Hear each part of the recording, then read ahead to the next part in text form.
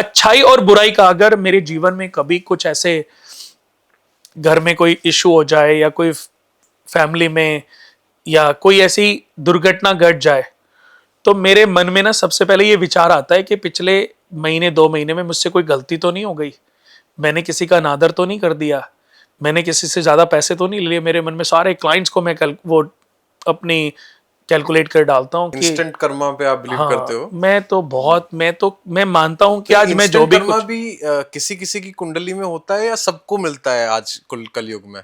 देखो सबको अलग अलग तरीके से मिलता है। जैसे कि अगर मैं बताऊं कि आपकी जर्नी बिजनेस थी, आज आपकी कंपनी का क्या नाम है? Brick.ai। आपने कितना टाइम हो गया आपको बिजनेस में आए हुए? जब से जॉब कर रहा हूँ तब से ही लगा हुआ हूँ, तो आप लगा के चलिए कि 8 साल हो गए मुझे। लेकिन बिजनेस में आने के बाद जब नौकरी छोड़ी, नौकरी छोड़े हुए कितना टाइम हुआ है?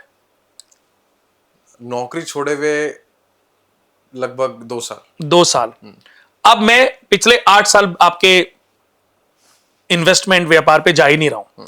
सिर्फ आप मुझे ये बताओ कि 2 साल में आपने जो ग्रोथ की है, क्या वो पिछले 8 साल की नौकरी की इनकम से कम है, बराबर है?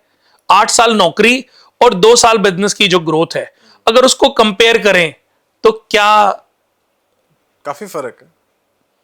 नौकरी की इनकम ज्यादा थी कि बिजनेस की? नहीं, बिजनेस की। आपको भी नहीं लगता कि ये सब कुछ सपने जैसा था? अगर मैंने बिजनेस ना चुना होता, कहीं ना कहीं जब आप भगवान के मंदिर में माथा टेकते होंगे या खुश होते होंगे, तो उस ब्लेसिंग में तो कुणाल भैया होते होंगे ना कहीं ना कहीं। नहीं, मोस्ट डेफिनेटली, क्योंकि लाइफ चेंजिंग रहा है मेरे लिए तो बिजनेस, जॉब से बिजनेस फुल टाइम करना। एंड बहुत अच्छे रिजल्ट्स मुझे मिले हैं, टचवुड आ रहा है, मेहनत कर रहे हैं, कर्म कर रहे हैं, तो अब देखो मैं आपके कर्मा का बताता हूं।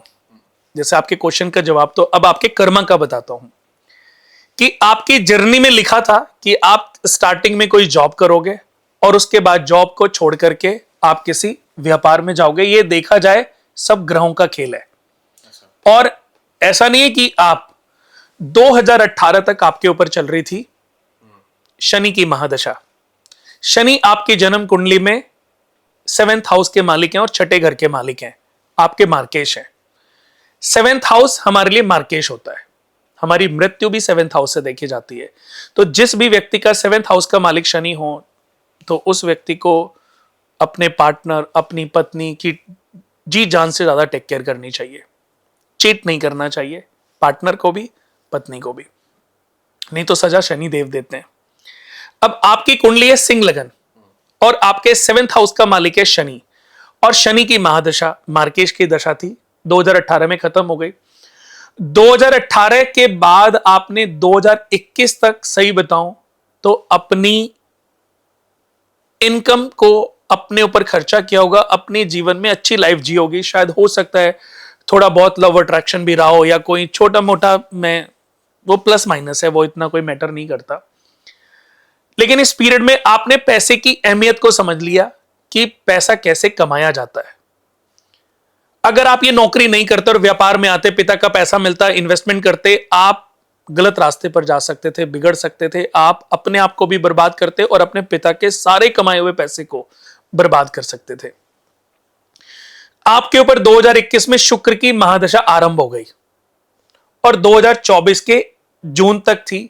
शुक्र आपके कुंडली में 10th घर के मालिक हैं। बुध आपके एकादश प्रॉफिट और द्वितेश धन, कुटुंब, परिवार, प्रॉफिट, इच्छाएं, आकांक्षाएं, एक्सपेक्टेशन, लाभ, इच्छाएं, ये 11वें घर के, दोनों के मालिक बुध तीसरे घर में बैठे। लेकिन तीसरे घर में बुध की जो स्थिति है वो नीच जैसी ही मानी जाती है, बहुत अच्छा नहीं माना जाता, कॉन्फिडेंस की कमी देता है। शुरू में अगर आप याद करो 2018 से 21 के बीच में ना आने की सबसे बड़ी वजह यह थी कि आपके अंदर उतना कॉन्फिडेंस नहीं था, डर था कि अभी बहुत बढ़िया लाइफ चल रही है, पता नहीं बिजनेस में मैं फंस ना जाऊं, कहीं पापा के कंट्रोल में ना चला जाऊं, कहीं मेरी लाइफ ही बिल्कुल अलग ट्रैक पर ना चली जाए।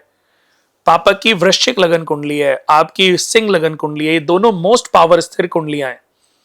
सबसे टॉप लगन चार्ट होता है मेरी नजर में वृषभ लगन, सेकंड टॉप लगन चार्ट होता है वृश्चिक लगन, थर्ड टॉप चार्ट होता है कुंभ लगन, और फोर्थ टॉप नंबर का चार्ट होता है सिंह लगन।